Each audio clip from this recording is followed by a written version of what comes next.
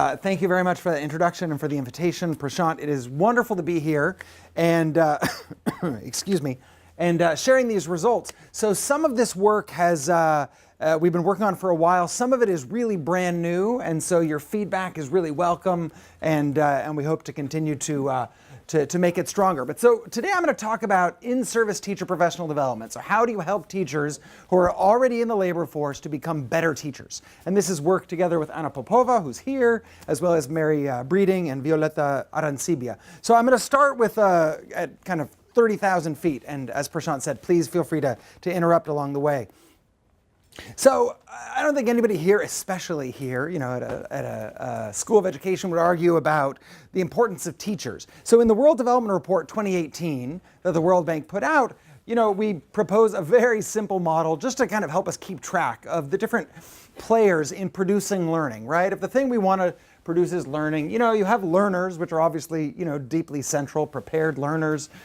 You have teachers, you have the management of the school and the learning process, and you have these inputs, right? So these are all important, obviously at some level. At the same time, our most recent meta-analysis, so Snilstveit et al. Recently did a very comprehensive meta-analysis of interventions to try to improve learning.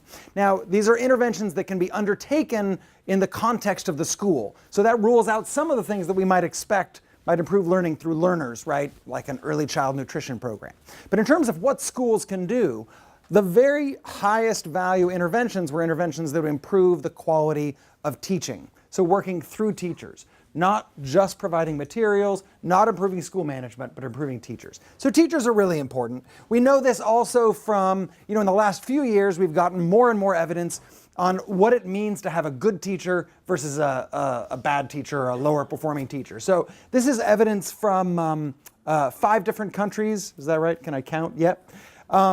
Which basically says if you go from having a teacher at the 10th percentile to a teacher at the 90th percentile, how much would that increase student learning, right? And what you can see, our lowest effect is in Ecuador about 0.24 standard deviations.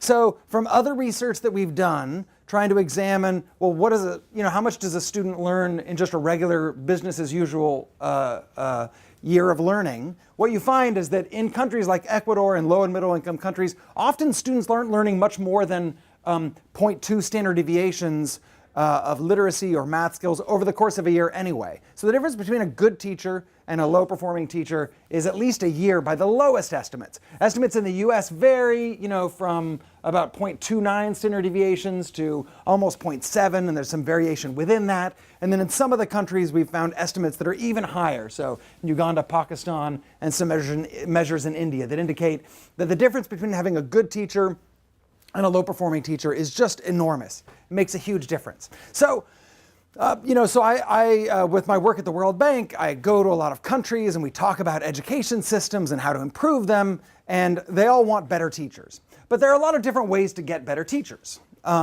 So one way, and this comes up a lot, is can we recruit better people to be teachers? So in a lot of countries, the teaching is kind of a last choice profession. I remember in Kenya a few years ago asking a teacher, well, how did you decide to become a teacher? And the inspirational story was, well, I didn't get into university, so I went to teacher training college and I became a teacher. It was very inspiring. Another way could be to obviously prepare teachers, so train them better before they get into the classroom. A third is to motivate teachers well. So one piece of this story is accountability and making sure that teachers that perform poorly are held accountable, but also making sure the teachers that perform well have opportunities to advance and be recognized. And then the fourth is to improve the skills of teachers who are already on the job. So in this project that I'm going to talk about today, we focus on improving the skills of teachers who are already on the job. Yes?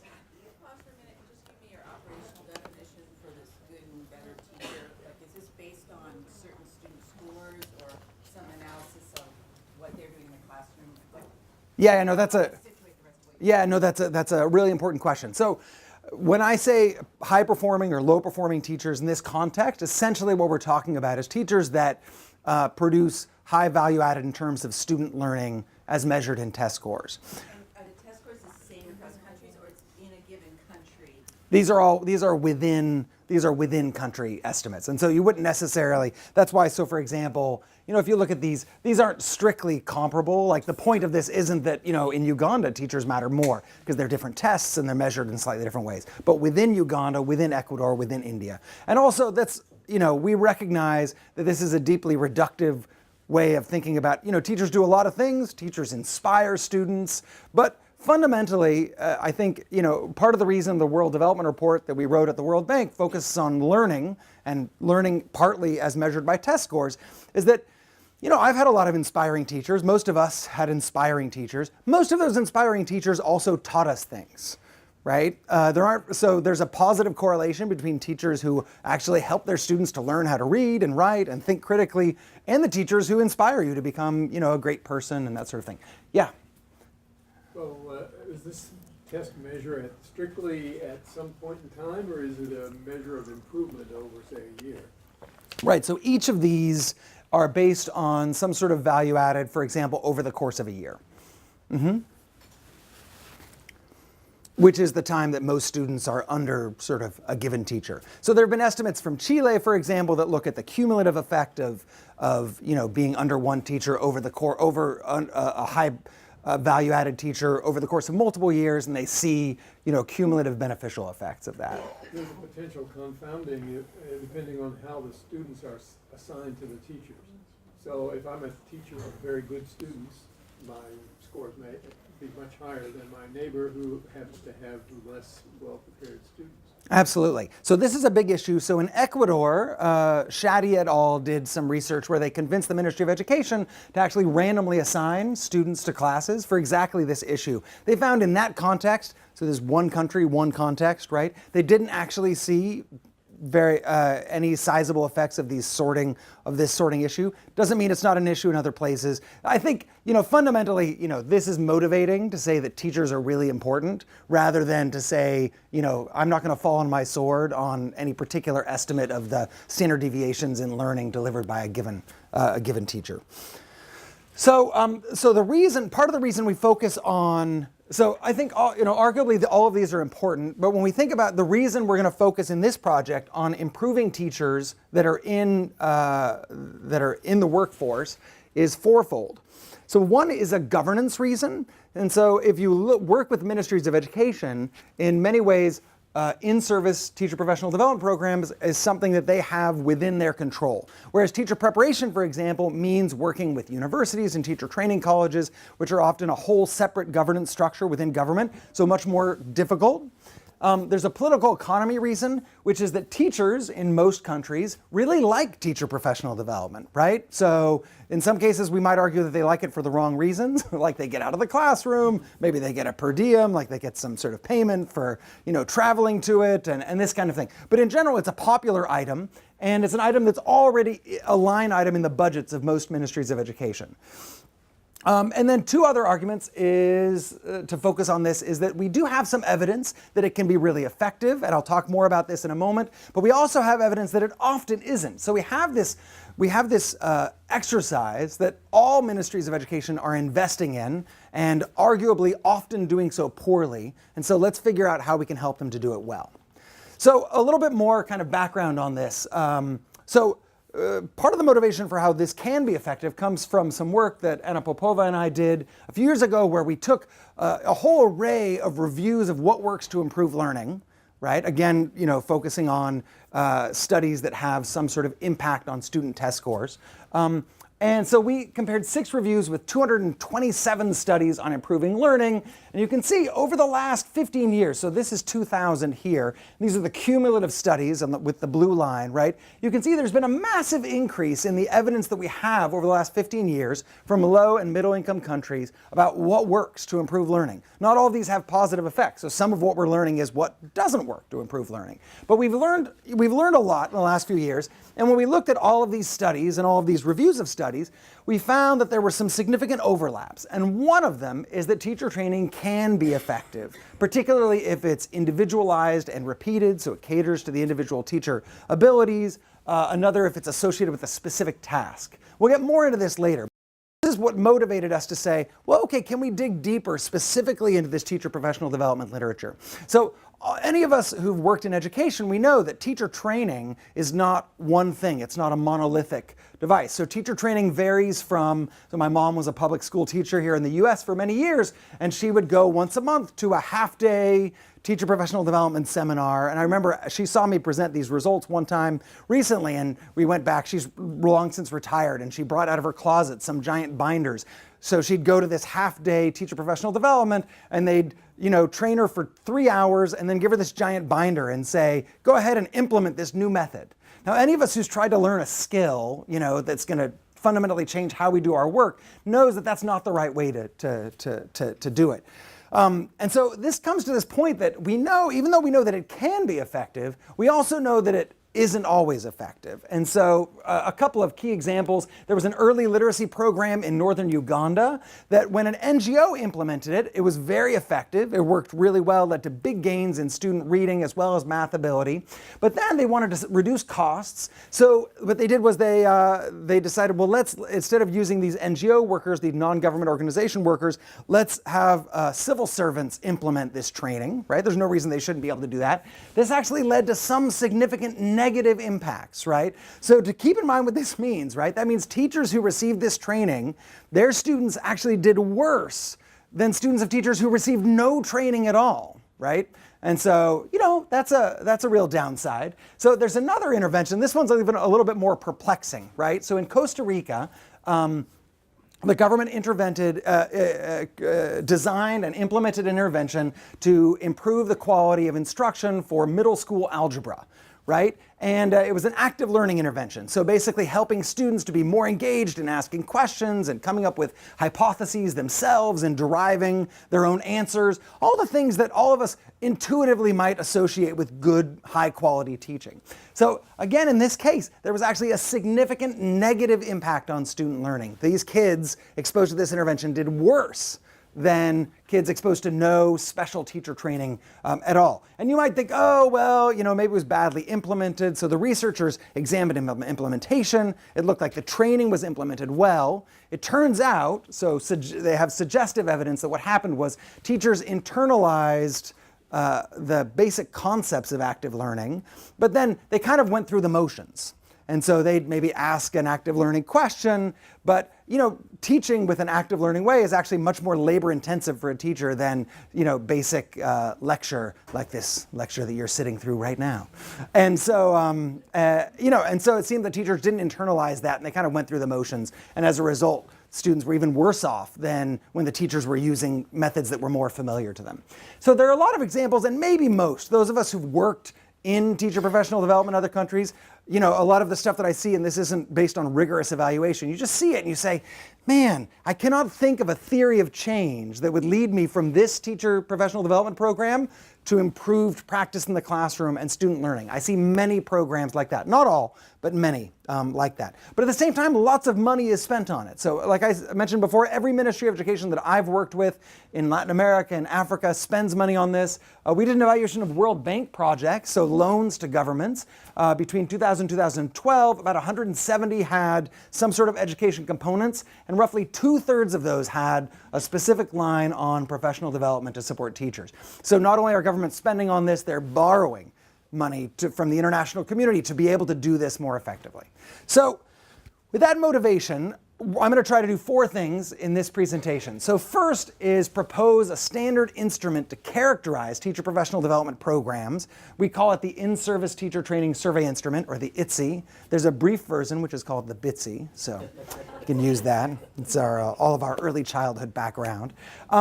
Map out what teacher training programs around the world look like using this instrument. So what do programs actually look like on the ground? Summarize what we know about what good teacher professional development looks like in low and middle income countries, drawing a little bit on what we know from rich countries. And then basically compare these two. So how do the programs that are actually being used to train the teachers of the world stand up next to what we know about good teacher professional development?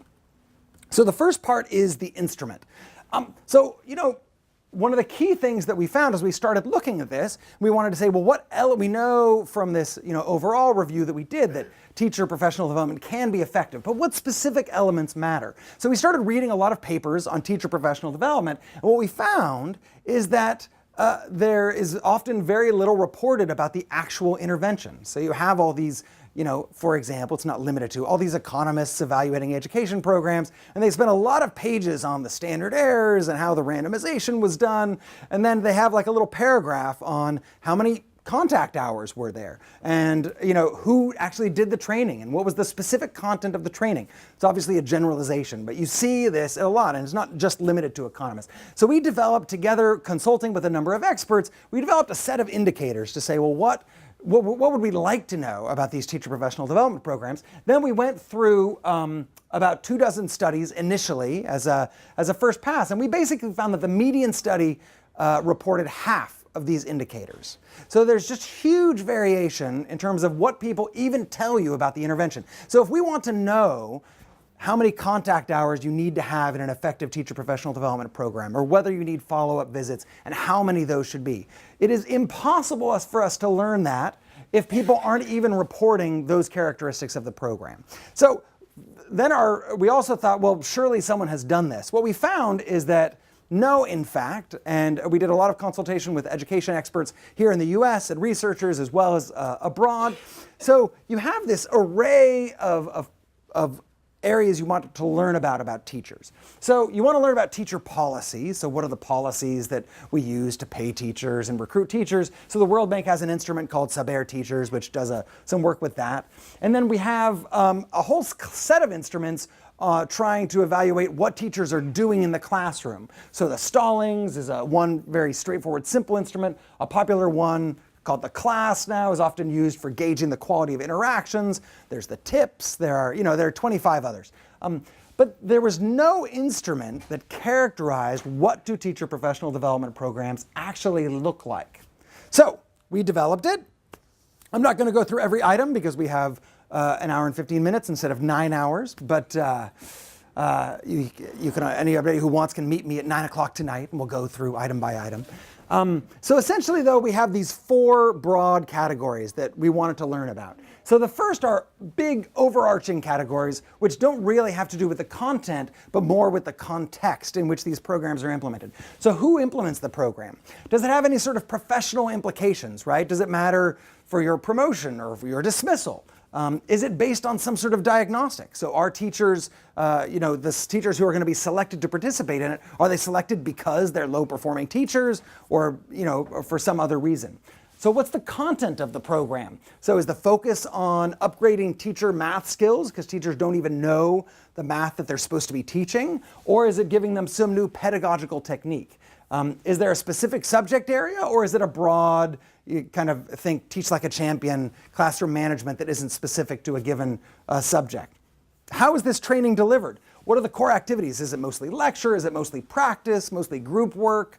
Is it taught in a cascade? So in case you're not familiar with this, the cascade in its worst form is, I'll train, Prashant, and Prashant will train Anna, and Anna will train Nina, and then it goes down further and further until at some point it's like that children's game of telephone where, the quality of information. Now, obviously there are a lot of different versions, and you have cascades with fewer levels that might have less deterioration of the information, but it's a concern that we might have. What proportion of this is in lecture versus practice? And then, so those are the main areas, the core areas of the instrument. And then, while we were interviewing people anyway, we figured, well, let's find out a little bit about what people believe is effective about these programs beyond what we intend to do. So we asked, what do teachers like about these programs? What do the implementers think matters about these programs? And we'll come back to that. So, but if we want to learn going forward, so we did this review and gathered this evidence about 2 years ago. Since then, we've found 15 new studies on teacher professional development, which we're currently incorporating into it. So this is a time where lots of people are studying this. And if we don't examine what these programs look like, there's no way we'll learn what an effective program looks like.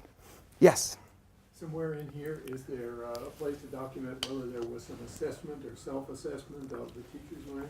Yes, so that's a great question. So we do ask about evaluation. Is the program evaluated? How is it evaluated? Is it evaluated based on teachers' learning or on teachers' performance, like whether they actually change their behavior and this sort of thing? And I'll share some results on that.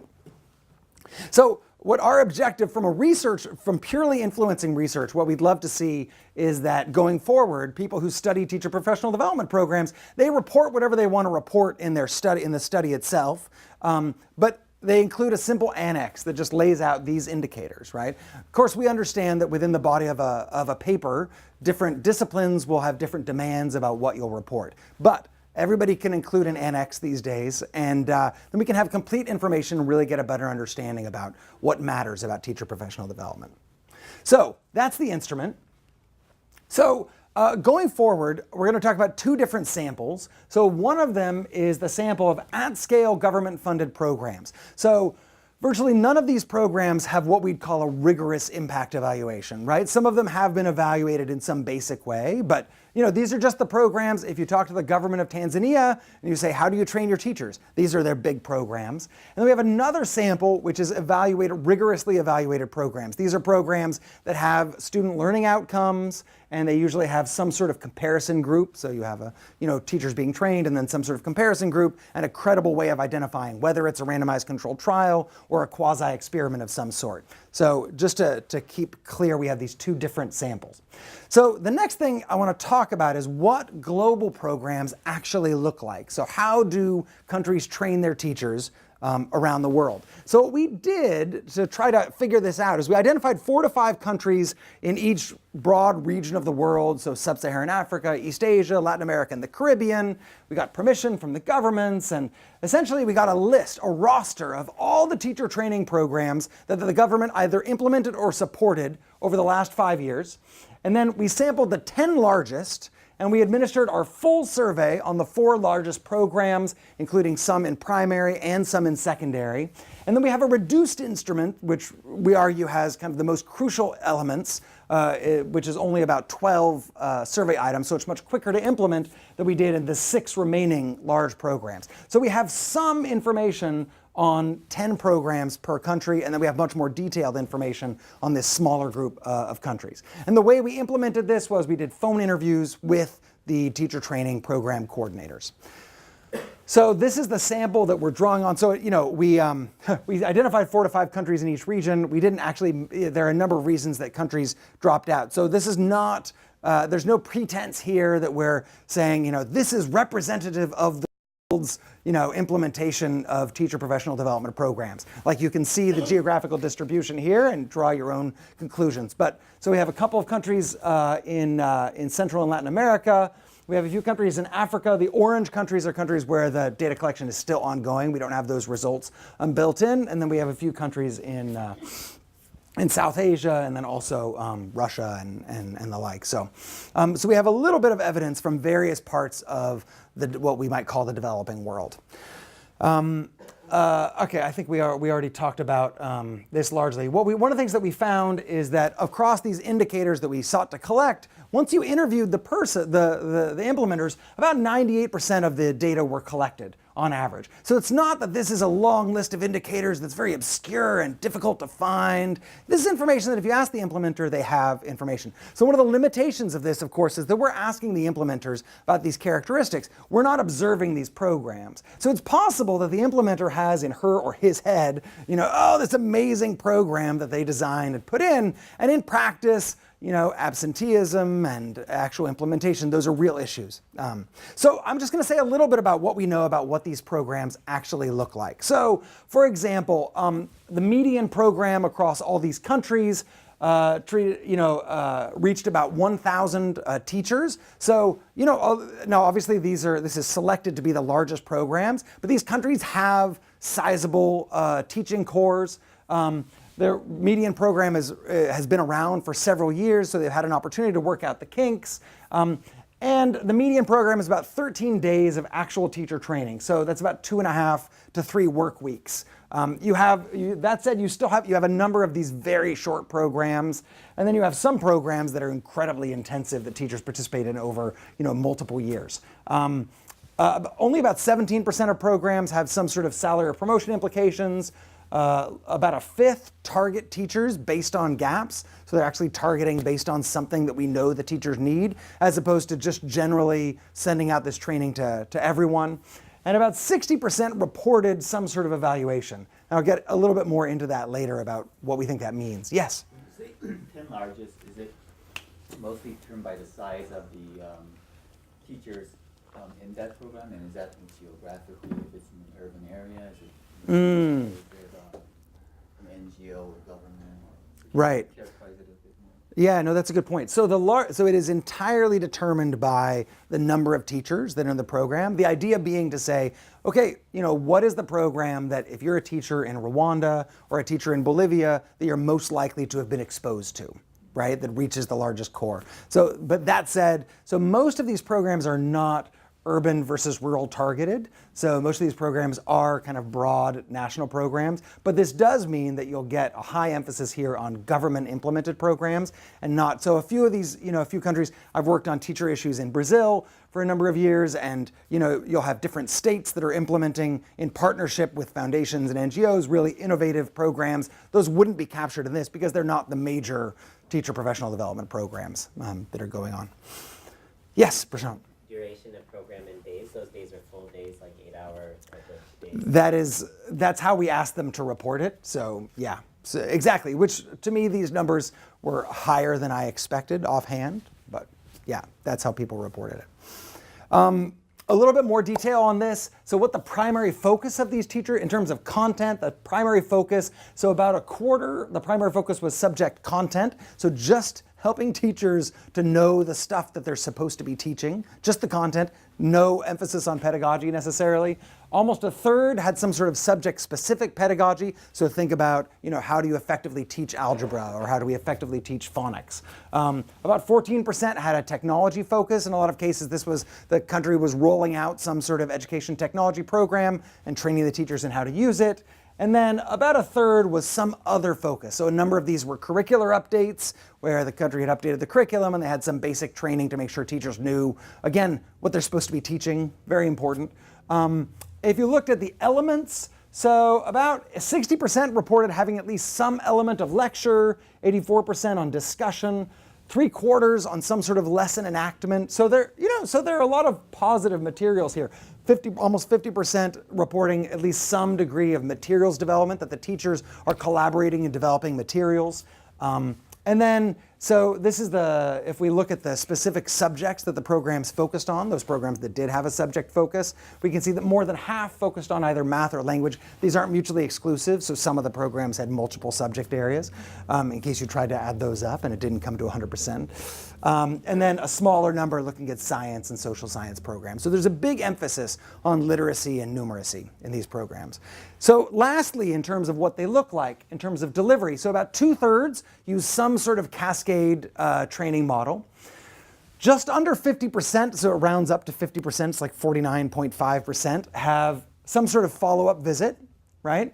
The median number of follow-up visits is 0, and the vast majority of programs that do have follow-up visits have exactly 1 follow-up visit, right? And so if we're thinking about, teachers actually, so this is one of these things that when you talk to teacher training experts that is often highlighted as one of the most important areas is, the teachers learn something, and even if their knowledge grows, their ability to actually apply that in the classroom is a whole nother jump, and that requires follow-up in the classroom. We're not seeing a lot of that. Did I see a question? Yeah, Yes. I was just wondering, with the cascade training model, do we have a sense of the level of the cascading? Yeah, so we tried.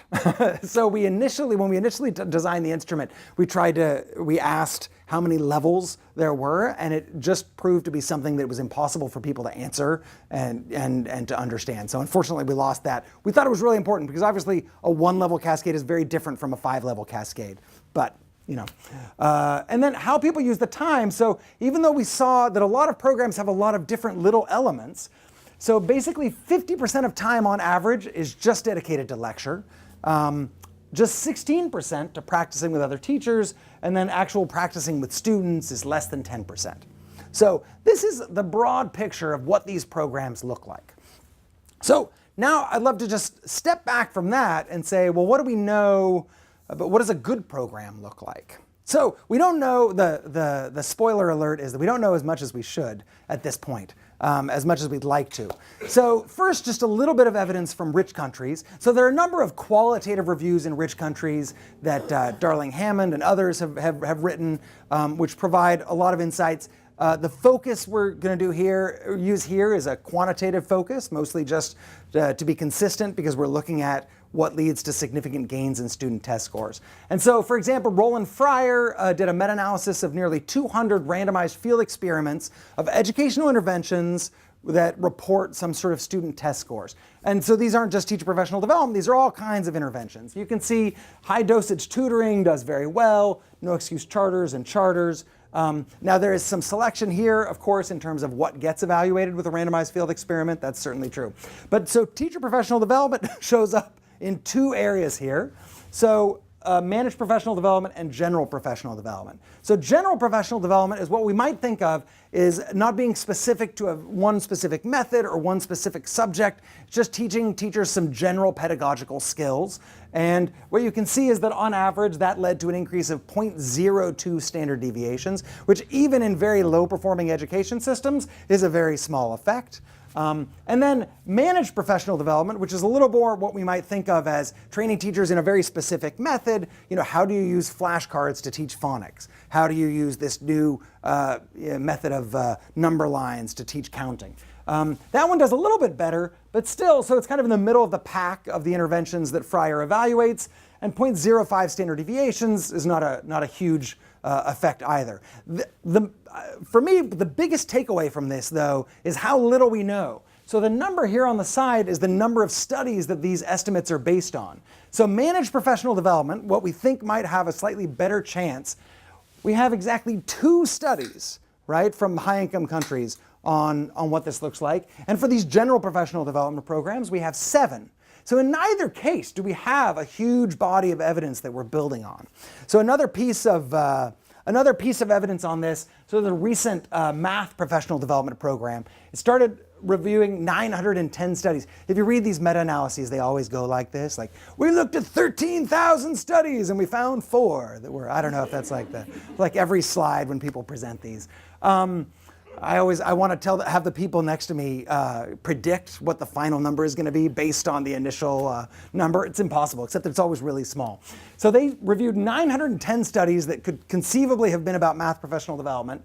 They found 5 in there that they call high quality studies. Now again, this is narrowly defined high quality. This is saying there's a counterfactual and they have some sort of student learning outcome, right? So they're credibly identifying this counterfactual. So if we want to know what works, so we need some positive effects, right? So we know what actually leads. So 2 of those 5 had positive effects. So you can imagine if you're trying to decide how to design a math professional development program, and in total you have 2 programs that have positive effects that have been measured and documented, it's difficult. So this is the researchers themselves argue the limited research on effectiveness means that schools and districts cannot use evidence of effectiveness alone to narrow their choice. So a big part of what we're trying to do here is say, hey, before we embark on a big effort to identify what works in low and middle income countries, do we already know the answer to that from rich countries? No, not so much. So then we opted to look at all the evidence that we have from low and middle income countries on this. And so in our own version of the same game, we looked through 11 metadatabases and looked at more than 4,000 records of studies that came through the search of databases, about 20 records that we identified from other sources, the fact that we've been working in this field, screened them all, found 42 full texts assessed for eligibility. 18 of them were excluded because they either didn't have student test scores or they didn't have a comparison group. Basically, we found 23 studies that covered 26 programs, so there are a few studies that reported on more than one program included. So we beat the math review from the US, but not by too many orders of magnitude. But still, so we've got 23 studies of 26 programs. The distribution of studies, so you have a sense of where this is being studied. There's a lot happening in China, some of it done by Prashant and Anna and others. We've got a fair amount in India, and then some work in East Africa. And then a little bit, you see the light blue, a little bit elsewhere in Africa and also in Latin America. So we have some distribution around the world.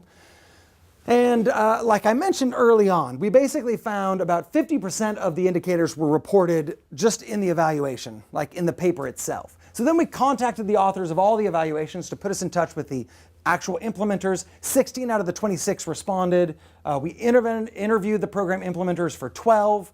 And post-interview, again, just like with the at-scale program, we were able to find essentially all of the data that we were looking for. So these data are available, they're just not reported.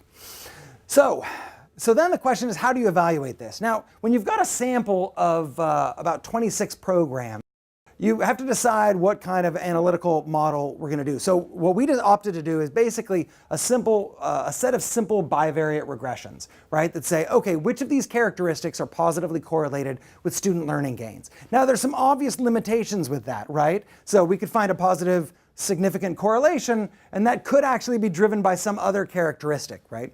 Now the trick is with such a small sample, any version of multiple regression where you're trying to control for things is going to just drown you in noise. And so this is meant to be truly suggestive, but to say, okay, what do we see that does correlate with high student learning gains? Which characteristics of teacher training programs? And what we find, and I can show, if anybody's interested, I can show the full tables of bivariate regressions. But essentially, these are the areas that we find where you see either very large coefficients or statistically significant coefficients on these areas. So in terms of overarching aspects, if programs are linked to career promotion, some sort of, or points to a promotion, or salary, we see those programs are significantly more likely to be effective in terms of student learning gains. Programs that provided textbooks or other reading materials, both we see real gains. So again, you might say, well, then it's not the teacher training. But the fact of the matter is programs that just provide those materials on average have almost no impact at all. So teacher training programs that come with complementary materials that help teachers to actually implement these make a difference. Yes, Prashant. And the first one of those is just participation in the program, or is it also? It includes both. So it could be a program where just participating gives you points to a promotion, or it could be that you do well in the program, in the training program, and that leads you to, that has an effect on promotion. So both of those are included there. And we just don't have enough programs to separate in a meaningful way. That, although obviously from a theoretical perspective, we might think that, that it would make a difference. So in terms of content, we see an association where programs where the primary focus is either subject content or subject-specific pedagogy. So not general pedagogy so much, but subject-specific pedagogy. We do see a big effect size on a focus on classroom management. We discount that a little bit because it's essentially, because we have a small sample, that's driven by one study from 25 years ago. So, that's the only result that we have here that's really driven by a single study. So, and then in terms of delivery, we see an association with programs that include follow-up visits. We see an association programs that include time spent practicing with other teachers. And then thirdly, and this one again is a little counterintuitive, we see programs that where the training takes place in a university or training center. Now, so then we line this up. We went through all the theoretical writings we could find on, well, what's supposed to work? What do we expect to work in teacher professional development? And we basically see this subset of areas where we essentially find both some empirical evidence for it, and it's also backed up by the theory. So the question is, you've got a couple of these things that are surprises. So training taking place at a university or training center. Most of the conventional wisdom now is that the best teacher trainings they're embedded in the school.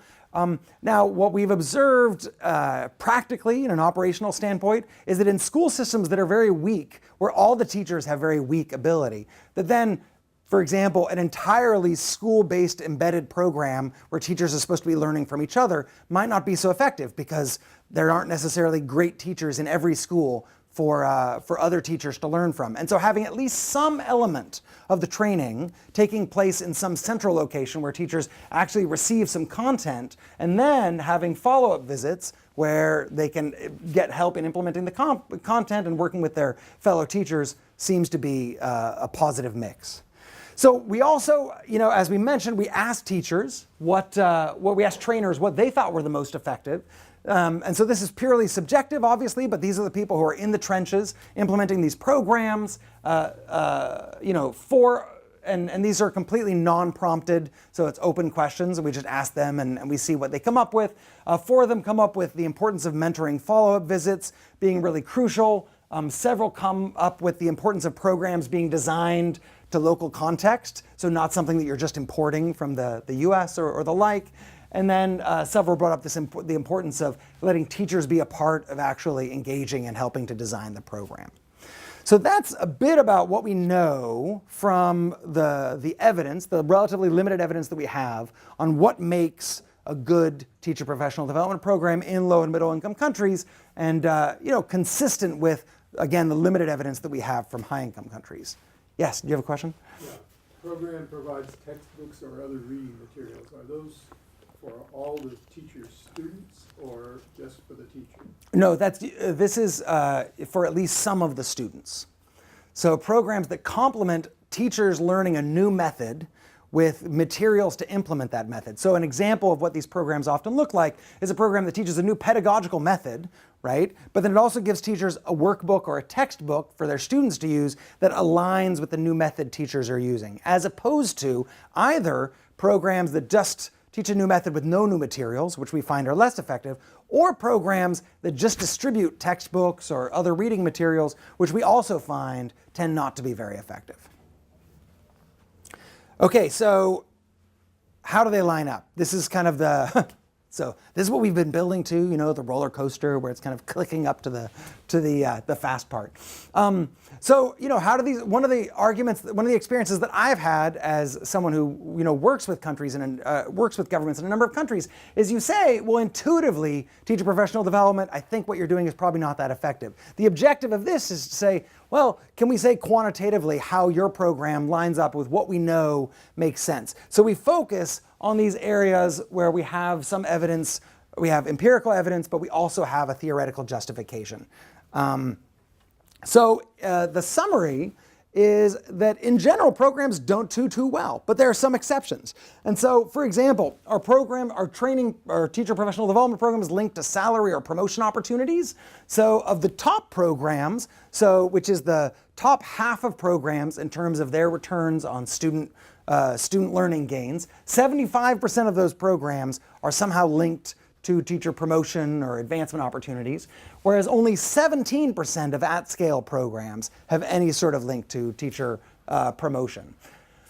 Does the program provide some sort of complementary materials? On this one, the at-scale programs actually do quite well. So it's about 45% for both the top programs and the at-scale programs. So do programs have a specific subject focus? Again, this is an area where there's pretty high overlap. So 100% of the top programs have a specific subject focus. So they're not general classroom management, but it's focused on how to teach a specific topic. 92% of at-scale programs also have a specific subject focus, so that's pretty good. Does the program include follow-up visits? So again, 85% of top programs have some sort of follow-up visits in the classroom, whereas just under 50% of at-scale programs have those. And again, the vast majority of those, that number is 1.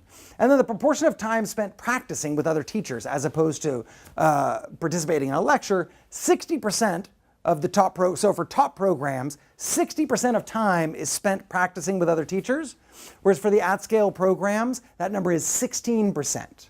So the vast majority of these programs report that they include some sort of practicing with other teachers, but the amount of time they're actually spending on that is trivial.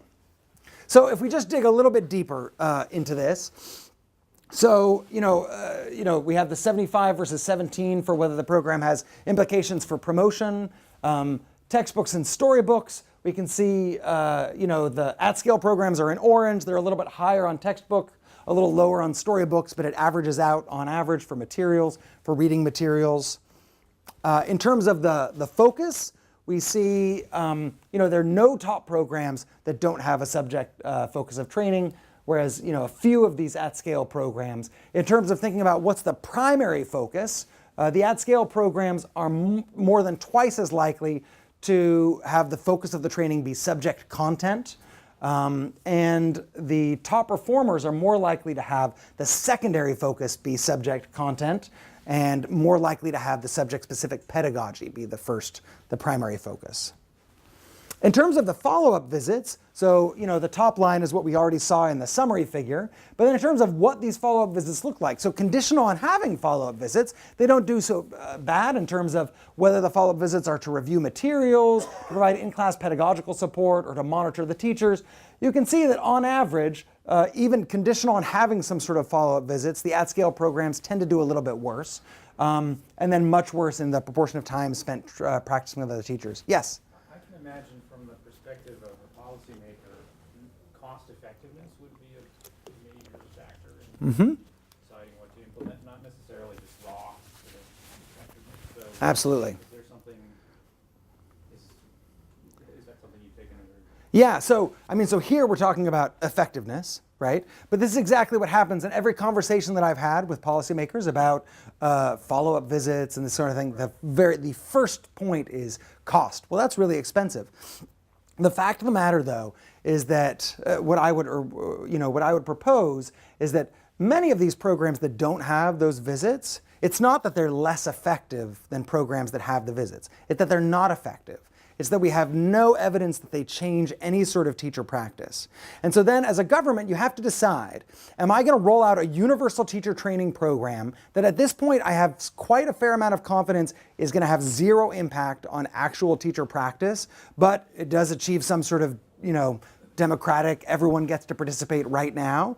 Or am I, for example, going to roll out a phased program that only reaches 20% of teachers per year, but it's significantly more expensive because we follow up and we actually make sure those teachers improve. So this is an argument. So we don't have cost data on these programs, but I would argue that the cost effectiveness of a program with follow-up visits is still higher because many of these programs without those have zero effectiveness at all. So the cost effectiveness ends up being zero. So there's a nice example of this, a recent study by Cilliers et al. Coming out of South Africa, where they compared a kind of standard teacher training program to a teacher coaching program. And what they found was that the teacher coaching program was more effective, but it ultimately was also more cost effective, even though it was significantly more expensive, because the effectiveness was so much higher that it ends up being more cost effective to do the coaching, to include the coaching. So it's an important issue, and there are pressures on these governments to roll out the training to everyone at once. But I think these are hard decisions to make in the face of constrained resources, and we have to ask ourselves hard questions about the fact that much of our teacher training may be having not less impact, but zero impact. So that's the argument on that side. So on this point about evaluation, so one of the things that we asked programs, and I'm just about at the end. One of the things that we asked is, whether the program is evaluated. Now we asked this in general terms. So this just means that the implementer says it is evaluated in some way. Not an evaluation the way, many of us were researchers that we would do an evaluation, or they could even necessarily send a report. So just 50% of programs report that they evaluate the program on teacher knowledge. So this can look anything from a test of teacher at the beginning, at the end, to an evaluation where you ask teachers, did you learn more? I've seen many teacher professional development programs where they say, did you learn from this training? Yes, I did. It was wonderful. Only 20% report any sort of evaluation in terms of actual teacher behavior. And under 30% report any sort of evaluation on student learning. And again, that includes any kind of evaluation on student learning, including things that most of us wouldn't really argue as credible in terms of saying this is definitely the impact of the teacher training program. I actually just saw an evaluation from Kenya of an at-scale teacher training program, and they said, well, we have impacts on student learning. What they did was they showed what student learning was at the beginning of the year, and they trained all these teachers, and they showed student learning at the end of the year. Now, students usually learn something over the course of the year, you hope, even if they haven't been trained. And I did point this out to them gently, and they said, well, yeah, but still, these numbers are very impressive, which I don't know. But so, student learning evaluation can include a lot of different things. And then about 1/5 of programs report just no evaluation. What this means, in fact, is that the number of these programs that have any sort of quality evaluation that we would find credible is really quite small. So, yeah, Prashant. So, this is all really interesting because this is sort of the rosy picture sure that they're reporting themselves. So Mhm. have you given, I mean, so it's already interesting for that, but have you given any thought to like going in and actually having an idea of what the program actually is? Because in China, at least, there's a huge discrepancy between what policymakers say and what happens. So Right. I imagine that's true almost everywhere. I am sure it is. So I guess 2 points on that. So one is that we try to bridge some of that by, instead of asking policy makers, we ask implementers. And so they still have an incentive to paint a rosy picture, but at least many of them, I mean, they're on the ground and they're aware of the challenges of implementing this in a way that, a higher level, the technical assistant to the minister might have no clue. But then the second side is absolutely yes. So right now we're actually, Ana and Violeta Arancibia and I are in the midst of a project to develop essentially an observation tool, drawing on the observation tools that we already have for observing classrooms, but observing the fidelity of implementation of these teacher training programs. Obviously, that's something that would be much more expensive. One of the nice things about this instrument is that literally we can gather data from 20 different countries just by calling people on the phone. It's very simple to do. That would be more intensive, but also give us a much more accurate picture.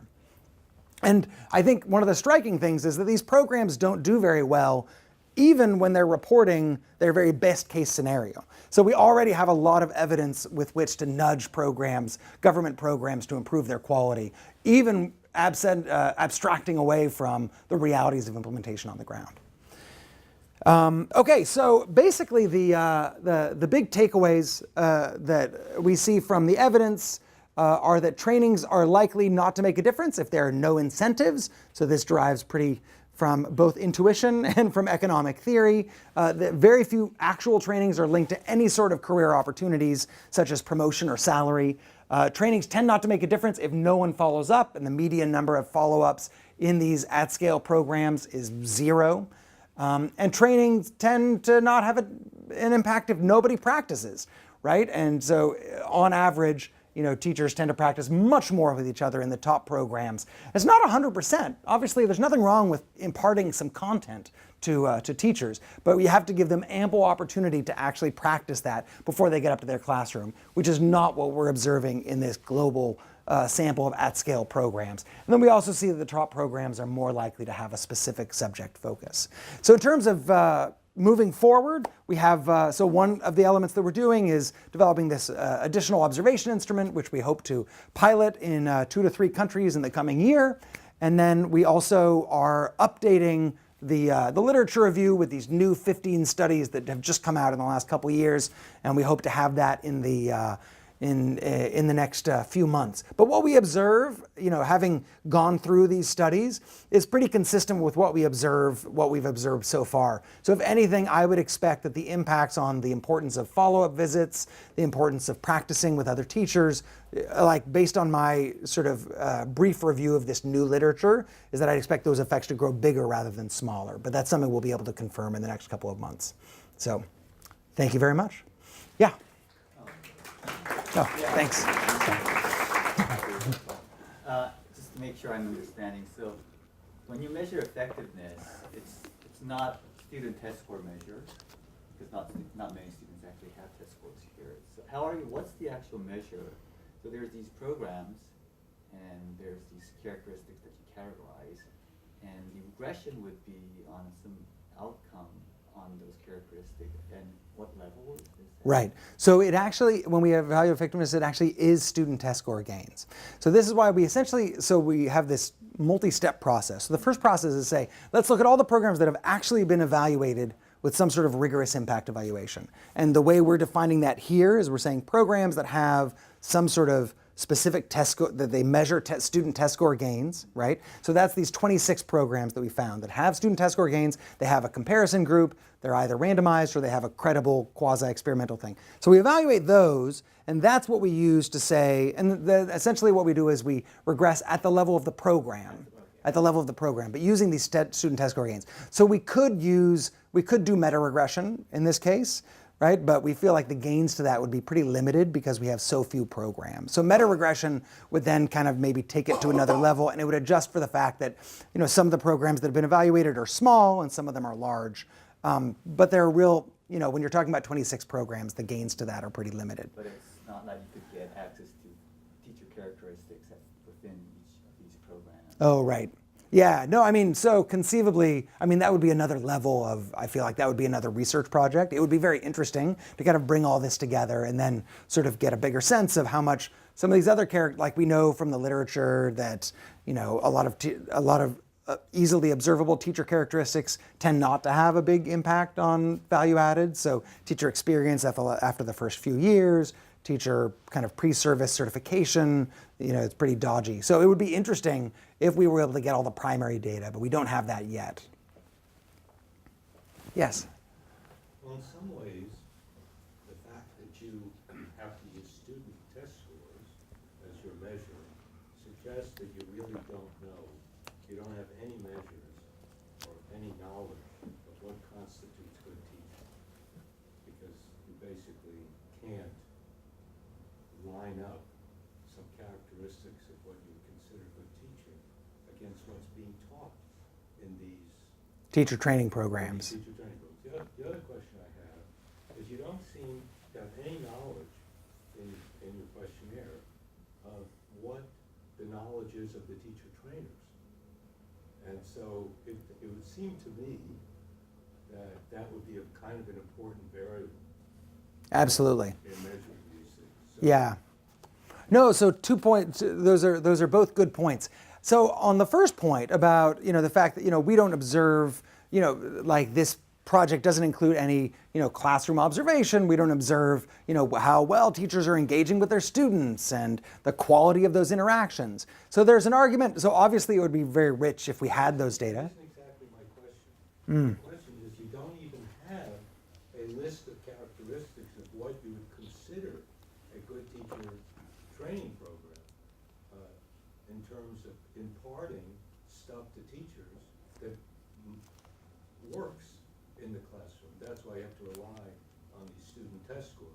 Right. So an argument in favor of our approach in that regard is that in some sense, what we care, you could argue, and I would argue, that there are a number of different roads to achieve student learning, that there isn't a kind of a single, you know, set of, you know, these 5 techniques are the techniques that you would want to use to achieve high student learning. So if the objective is student learning, if the objective is to have students learn to read and learn numeracy more effectively, then that's what we should be measuring.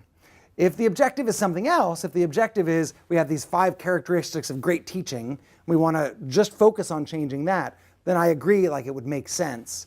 The other, so it would obviously be richer if we could get at that intermediate point, but I would propose that there are a number of different methods of teaching that can result in, you know, higher student test gains. And our objective here is to say, well, how do you train teachers in a way that will actually lead to those gains, which is our ultimate objective? There was one point that I really liked in your thing about that one of the characteristics was classroom management, okay, which is not taught in most pre-service training programs in developing countries. And so it was greatly lacking. And it would seem to me that a teacher, without any incentives at all in terms of promotion, would really love to learn how to be a good classroom manager, because his or her life would be just a lot easier in terms of what they do. So it makes really sense that programs that focus on classroom management would be effective. Right. Without any incentives. The other point about incentives is that a lot of teacher professional development programs are based on promotion. And most of them are completely not effective because they don't teach the teachers anything about teaching. They teach them rules and regulations. And they get promoted because they've learned stuff that has nothing to do with being improved teachers, but in fact gets them a promotion. Like one of the reasons that master's degrees don't seem to make much difference in the United States, because nothing that's being taught in the master's degree program has very much to do with becoming a better teacher. Right. No, I think that's true. I do think, so just a couple points on that. So we just have one study that shows classroom management being important. Now, some of this is a function of what's been carefully evaluated. And so, for example, the Doug that Lemoff and others have done on Teach Like a Champion, a lot of people are doing it. It hasn't been very carefully evaluated, so it looks promising. I mean, I read the book. I was like, oh, I use some of that stuff in my own teaching. It hasn't been carefully evaluated, so it doesn't show up. So that's an argument for just why we need to produce more evidence in this regard. But that said, I actually think, so most programs are actually not linked to some sort of promotion. Like in the major teacher professional development programs in these countries, only less than 20% of these programs have any sort of link to your promotion. So there are no doubt many programs that do have those links, and I completely agree with you that many of them are likely ineffective. But what we find is that the most effective teacher training programs, the programs that are most likely to translate into student test score gains, do have a high likelihood of being linked to promotion, and your median at-scale program doesn't, has a very low probability. Rule out that there are some programs linked to promotion that don't do anything. But the good programs, the programs that we know translate into student learning, they do. 3/4 of them tend to be those programs that are linked. You see a much higher likelihood of student learning gains to those programs. And I think part of this is just that, so yes, we have programs where teachers get points towards a promotion, they don't teach anything. But on the other hand, we have programs where teachers have no incentive to actually try to learn something at this program. And so I've seen a number of teacher professional development programs where teachers, their only incentive is to show up.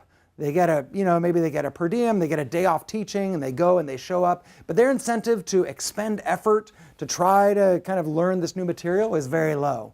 And that's why we see that the top programs do tend to have some link to the career ladder. Yeah. Teachers evaluated before they get promoted? The teachers are, so yeah, this includes all kinds of, whether programs that evaluate the teachers just on participation, as well as programs where the teachers are evaluated based on their improvement. I think on the other point that you made about whether the trainers know what they're talking about, that you made early on, I think it's a very important point. Now, it's a difficult one to gather in the context of a questionnaire like this, right? If I ask the implementers, well, do your trainers know?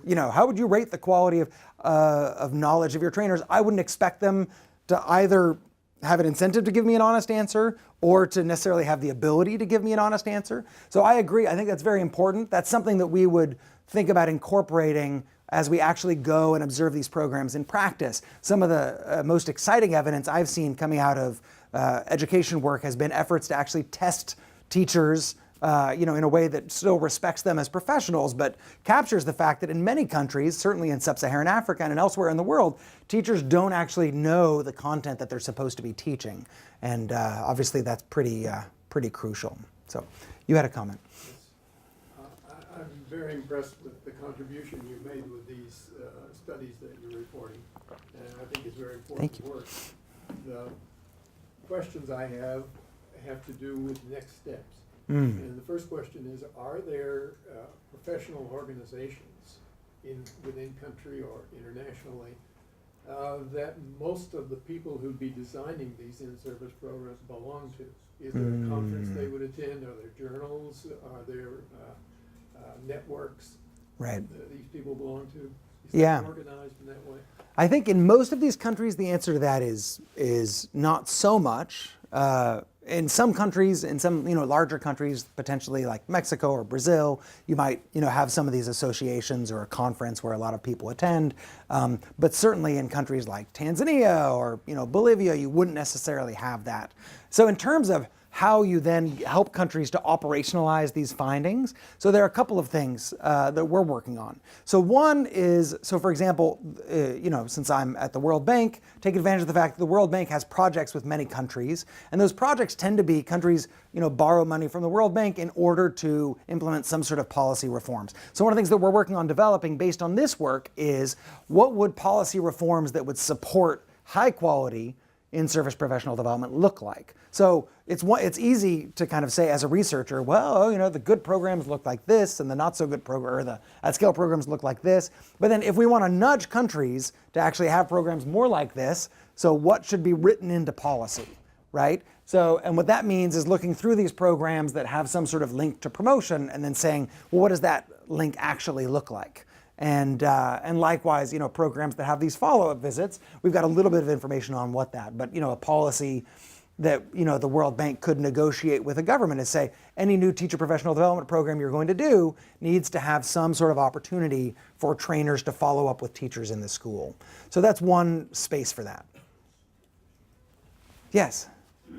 Yeah, kind of a range of comments really. I mean, the first one is really about this notion about promotion and certification, okay, and to what extent do these countries have what you might call a professional framework, because there tends to be the attitude of we train a teacher, throw them out there, and then that's it for life, okay, so are any of these programs situated within a country where there's a framework of, yes, we've trained you, but you have to go back and gain increasing qualifications, get more certification, okay, which is what happens generally with a lot of other professions. So Right. is that something that you looked at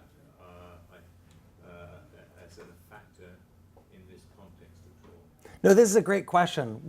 So we haven't looked at that here. It is truly important, and I'm glad I see Anna's taking note of it, so thank you for that. I think we do have, thankfully, we do have data on that for many countries. So the World Bank has gathered data through its Saber program on these policies and whether these frameworks exist. So we can actually make that line up. In many countries, there isn't. I think this is another thing where the policy on the books can also be deceptive in the sense that there are many countries that in the last few years have implemented some sort of official framework for teachers that's been designed by consultants hired by organizations like the one I work for, but that doesn't necessarily translate into something that is actually used as part of the professional career ladder. And so, but I think that would be really interesting to cross-cut this with whether or not there's some sort of need for. So I was in Rwanda a few weeks ago, and they are, for example, upgrading their framework so that these teacher professional development does translate into some sort of promotion activities, and that teachers have to do a certain amount to get upgraded to different levels. So they've got that, but most countries I've worked in don't have that. But we should look at that within the context of this research. It's a good question. I mean, it's very much about who do you bring to the professional development and what their incentive is for being there from that point of view, because obviously people just turning up for the money and pass the day, Right. okay, and there's no other incentive. I think the kind of other issue that I mean, your story to some extent fits in with the story in the developed world, which is that basically, I don't know whether you saw this big TTIP. Yeah. Professional development is a waste of time. Okay. Right. And it is a serious issue because we are, and they are investing a hell of a lot of money in this particular practice. The conclusion of that report, to some extent, was, well, it's not that we shouldn't do professional development, we need to think differently about it and doing it in different ways. Mm-hmm. And I think within the developed world, there's a look towards, well, how can we deliver some of this, with technology, giving people sort of what you might call better access to the so-called experts, so there isn't this kind of central dilution effect, which might account for why they do better off when they get to universities, in that sense. That's a nice point. To what extent are your findings, if you were to do a similar kind of study in the developed world, how different do you think they would be, and what are the implications for professional development going forward? I mean, obviously you put up some of the kinds of standard features, but the world is changing. Do you have any more thoughts about that? Yeah, no, that's a great question. I think that a lot of these main features are features that people who work in high-income countries would agree. These are kind of the key kind of features that we'd look at in terms of. And so I think that we wouldn't see something too different if we were to do the same thing here in the U.S. or in the U.S. and Europe. In terms of what this means going forward, I think it's interesting. A lot of countries are investing majorly in education technology, including for teacher training. And the evidence we have on the education technology is that a huge amount of it is a waste. So a huge amount of education technology interventions have had no impact on student learning.